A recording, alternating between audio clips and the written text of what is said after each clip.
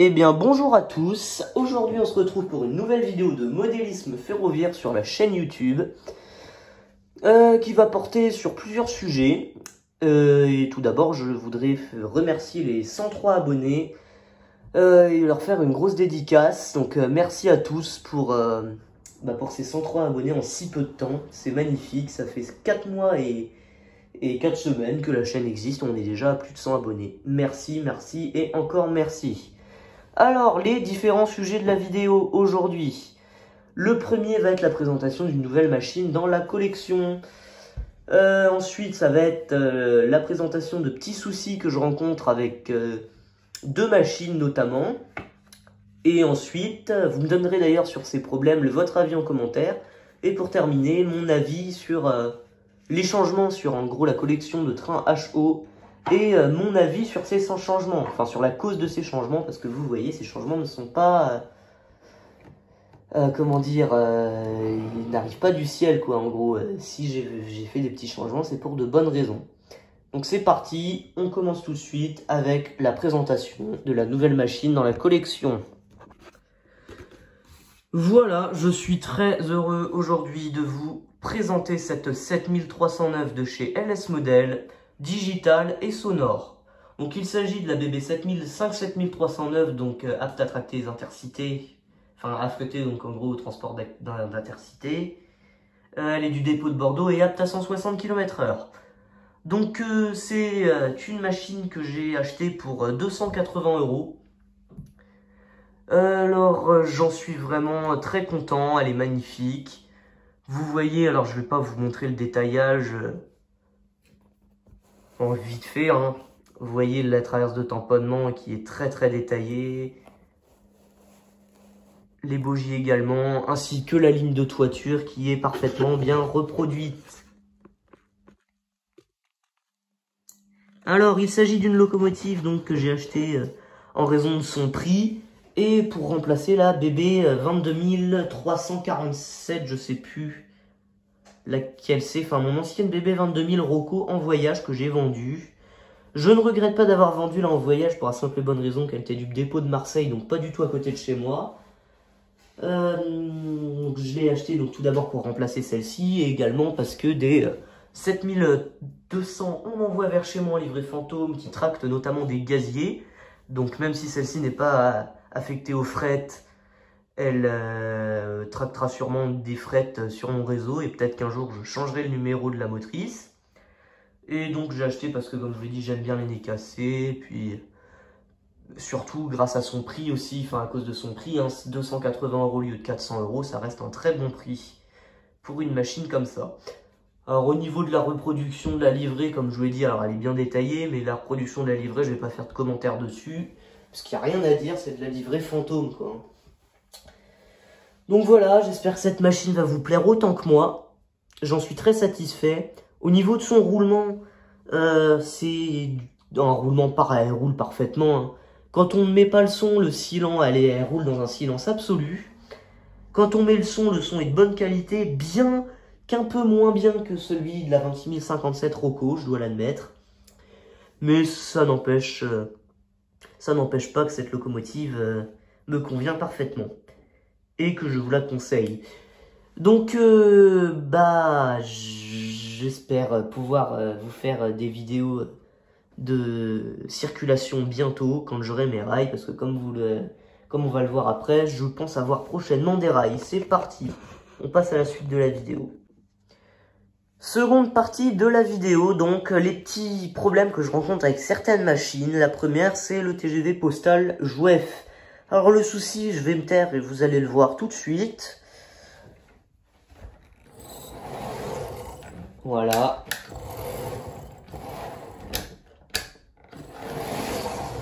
Comme vous le voyez, au niveau du roulement, il siffle beaucoup ce TGV. Et c'est pas très très satisfaisant quand même, hein. Et de plus, au niveau du démarrage, je sais pas si vous avez bien vu, j'ai l'impression que ça patine un petit peu, enfin pas au niveau des roues, mais au niveau du moteur, enfin je sais pas trop. Donc il démarre comme ça en sifflant. Bon, en fait il siffle tout le temps, mais plus il va vite, moins il siffle quand même, je tiens à le préciser. Et il démarre. Et hop, d'un seul coup, il accélère sans que je touche au transformateur. Alors oui, bon, si la circulation, ce n'est pas saccadé, je tiens à préciser que le roulement n'est pas saccadé. Si c'était un peu saccadé sur la vidéo, parce que je faisais n'importe quoi avec la molette du transfo, quoi, entre guillemets. Donc voilà, pour les sifflements, je pense savoir à quoi c'est dû. Si vous voulez mon avis, c'est dû à des petits dépôts qui sont mis entre le moteur et le volant d'inertie. C'est un problème assez connu chez Jouef, ça se met souvent à siffler quand il y a des petits dépôts qui se mettent dans les mécanismes, notamment aussi au niveau des bougies. Donc ça se réglera avec un petit grattage et un graissage, mais pour... Ah oui aussi, important de le préciser, ce démarrage, ce problème de démarrage là, il survient que à froid, une fois que la locomotive a entre guillemets chauffé, a fait quelques tours de circuit. Quand elle accélère, je n'ai aucun problème. Et ça, je ne sais pas du tout à quoi c'est dû. Si vous avez des idées, dites-moi en commentaire. Ensuite, deuxième machine avec laquelle je rencontre des petits soucis. Il s'agit de l'X73809, juste là. Alors lui, je vais vous montrer tout de suite. Il manque un pignon. En effet, au Mont Rail Club, il a fait des tours de circuit en roulant parfaitement et d'un seul coup, il s'est mis à claquer. Donc, je l'ai ouvert, j'ai remarqué qu'un pignon était fêlé. Donc, j'en ai racheté deux nouveaux. Alors, j'en ai racheté deux, hein, parce que quitte à en changer un, à changer un essieu, alors j'ai racheté deux essieux moteurs et quitte à en changer un, autant changer les deux. Donc, il devrait arriver prochainement. Et donc, cet X73809 sera bientôt réparé. Ensuite, on passe à la dernière partie de la vidéo, sans coupure. C'est ce que je pense de tous ces petits soucis, quoi. Voilà. On se retrouve avec ce petit plan sur 4 machines. Ainsi que sur la nouvelle machine. Là, je vais la mettre ici, la 7309. Alors, donc, si vous avez bien suivi jusqu'ici, là, on a 5 machines sous vos yeux. Avec ce petit plan, plus 2 machines en maintenance, en gros, avec leurs petits soucis, là, le postal et le 73809. Mais moi, normalement, je possède 10 machines. La 72054, la 8603 et la 67560 en plus. Et bien, ces locomotives, je les ai vendues. Pour différentes raisons. Toutes un peu similaires, vous allez le voir. Alors, la 8603, je l'ai vendue, elle... Parce que ça faisait plus d'un an quasiment ça faisait un an qu'elle roulait très peu, même à mon Rail Club. C'est une locomotive qui ne roule pas vers chez moi et j'ai préféré m'en séparer. Donc je pense que cette locomotive risque quand même d'un petit peu de manquer, mais bon. Je préfère m'en séparer et qu'elle aille bien rouler sur un vrai réseau dans une autre maison. Même si mon réseau est en construction actuellement, hein, et bon. Je n'ai pas eu de problème avec la 8603 et c'est bien la seule. Parce que la 67560 que j'ai vendue à la même personne que la 8603, elle a plein de petits soucis. Alors déjà, c'est une livrée qui ne m'a jamais convaincu d'aller dans le voyage sur les 67000.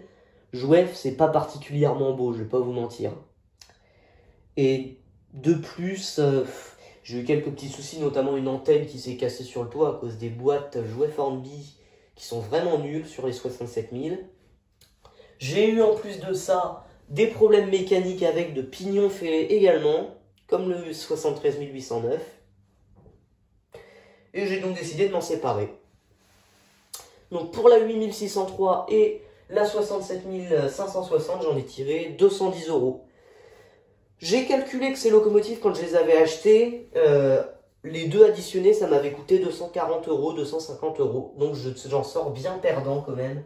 J'ai perdu 40 € dans l'histoire. Mais bon,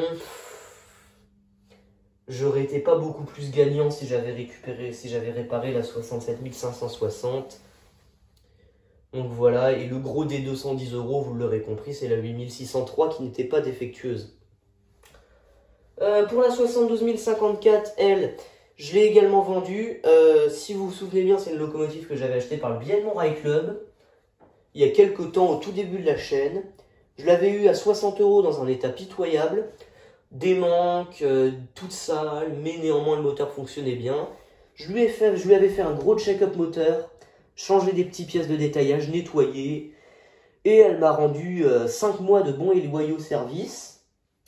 jusqu'à il y a quelques temps où suite à la mauvaise entreposition avant que je l'achète et suite aussi à des petits problèmes chez Jouet Formby comme on va le voir après, j'ai un pignon qui a éclaté dans un bogie et un pignon qui s'est fêlé dans l'autre. Donc j'avais les deux bogies à changer, des bogies à 30 €, donc 60 € de réparation pour une locomotive qui m'a coûté 60 €. On est à 120 € et ces locomotives on en trouve à 100 € en occasion neuve. Donc j'ai préféré arrêter les frais et je l'ai vendu 75 € à un monsieur qui possédait déjà les pièces détachées. Et comme m'a dit ce monsieur, bah écoute, moi je t'en offre un si bon prix parce que j'ai déjà les pièces et ça me fait une locomotive à pas cher. Et puis moi en plus ça me fait rentrer dans mes frais. Et donc comme ça tout le monde est content. Voilà. Ensuite on va terminer la vidéo avec ce que je pense de ces petits soucis. Parce que comme vous l'avez remarqué, là on est quand même à 3 locomotives avec des pignons fêlés, l'X73-500, la 67-560 et la 72-1054, et une autre locomotive défectueuse. Et si vous l'avez remarqué, le 73-500 c'est un Jouet Formby, le TGV Postal c'est un Jouet Formby, la 67-560 c'est une Jouet Formby, tout comme la 72-1054. Donc là, les problèmes mécaniques avec Jouet Formby, ça commence à bien faire. Je sais que Jouet Formby est beaucoup critiqué pour les nombreux problèmes mécaniques, notamment de pignons fêlés, hein, sur ses motrices. Et puis moi, j'étais pas forcément convaincu, j'avais jamais eu de problème avec Jouet Formby. Mais là, j'avoue que 4 motrices qui tombent en rade en même temps, ça commence à faire un petit peu beaucoup. Alors que j'ai jamais été embêté avec Rocco. Alors, quand j'avais dit que la 26057 était en panne au début de la chaîne YouTube, je me suis finalement rendu compte que c'était le réseau du club qui était défectueux avec un fil qui s'était coupé et que c'était pour ça que la motrice ne fonctionnait pas. Ça venait absolument pas de la mécanique de Rocco mais du réseau du club. Donc voilà, Jouet Formby, moi je vais essayer de ralentir la cadence là parce que ça commence à faire beaucoup les bogies défectueuses par-ci, les pignons fêlés par-là, les bruits de moteur par-ci. Donc voilà, c'est également pour ça que j'ai fait un petit peu le tri sur les machines et que j'ai vendu la 8603 parce que je me suis dit, c'est une locomotive que j'hésitais déjà à vendre mais je voulais pas. Et je vais pas vous mentir que ces problèmes mécaniques avec les autres motrices m'ont un peu encouragé à la vendre. J'ai préféré la vendre avant qu'il y ait d'autres problèmes dessus. Avant qu'il y ait des problèmes dessus, de pignons fêlés, tout ça. Donc voilà, alors si vous avez bien calculé, ça me fait 210 € plus 75 € de machines vendues, soit 285 € plus 110 € d'économie que j'ai, donc 395 € de budget pour racheter d'autres petites choses en modélisme. Alors je pense racheter deux locomotives, parce que j'en ai quand même perdu 3, j'aimerais bien en avoir au moins 2.